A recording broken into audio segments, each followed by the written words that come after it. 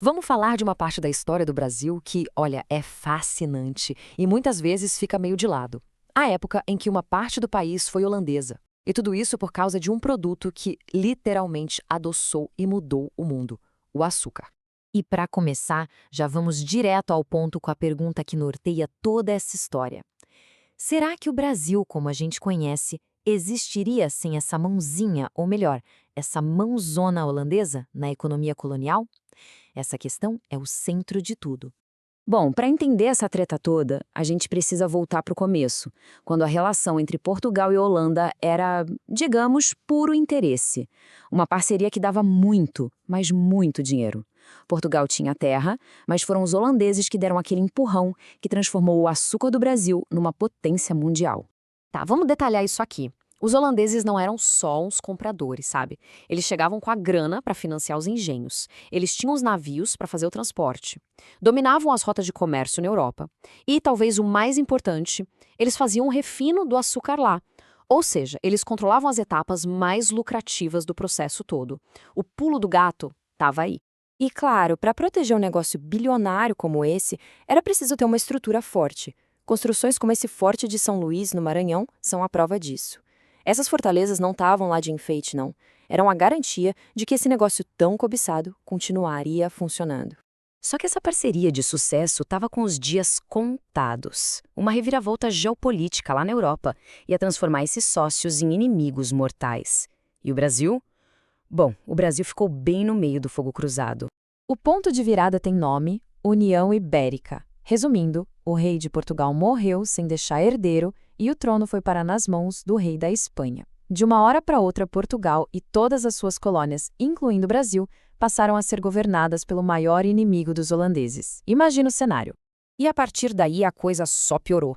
Os holandeses já estavam em guerra com a Espanha há anos, lutando pela sua independência. Com a União Ibérica, essa guerra se espalhou para o comércio. E o golpe final veio em 1621, quando a Espanha simplesmente proibiu os holandeses de negociarem com o Brasil.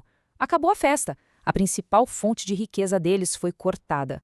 Então, o tabuleiro era esse. De um lado, a Espanha, usando o Brasil como arma para sufocar a economia dos seus rivais. Do outro, a Holanda, numa sinuca de bico. O negócio mais importante deles estava simplesmente paralisado. A questão era, o que fazer? Procurar açúcar em outro lugar ou tomar a fonte à força? A resposta holandesa não demorou e foi bem direta. Se não podiam mais comprar o açúcar, então eles iriam tomar o controle da produção. A era da parceria tinha acabado de vez. Agora começava a era da conquista. E a ferramenta criada para essa conquista foi uma entidade poderosíssima, conhecida por apenas 3 letras: WIC. Olha, a Companhia das Índias Ocidentais, a WIC, não era uma empresa comum. Pensa numa mega corporação com seu próprio exército e marinha. Ela tinha autorização do governo para guerrear, conquistar terras e fundar colônias. Era uma máquina de guerra e comércio, e o seu alvo principal era o Brasil. Mas conquistar o Brasil não foi tão fácil assim. A primeira tentativa, em Salvador, foi um fracasso total. Chegaram em 1624 e, em menos de um ano, já tinham sido expulsos. Mas eles aprenderam com o erro. Em 1630, voltaram com tudo, e dessa vez mirando no lugar certo: Pernambuco, o coração da produção de açúcar. Aí sim deu certo. Nascia o Brasil holandês. O período que se seguiu foi completamente único na nossa história. Sob o governo de Maurício de Nassau, essa colônia holandesa floresceu de um jeito muito diferente do que se via no resto do Brasil português. E a frase que define esse tempo é exatamente essa. A ideia aqui não era só extrair tudo até a última gota. O plano holandês, pelo menos sob o comando de Nassau, era construir algo próspero e moderno para os padrões da época. A gestão de Maurício de Nassau foi revolucionária. A produção de açúcar, claro, explodiu, mas ele foi muito além. Ele permitiu uma certa tolerância religiosa, algo raríssimo naqueles tempos. Modernizou Recife, construindo pontes e palácios e, o mais incrível, trouxe uma comitiva de cientistas e artistas para documentar o Brasil. O legado cultural e científico disso é algo que a gente vê até hoje. Mas como dizem, tudo que é bom dura pouco. Essa era de ouro holandesa no Brasil não ia durar para sempre. Uma combinação de fatores começou a minar esse domínio, preparando o terreno para o fim desse experimento colonial.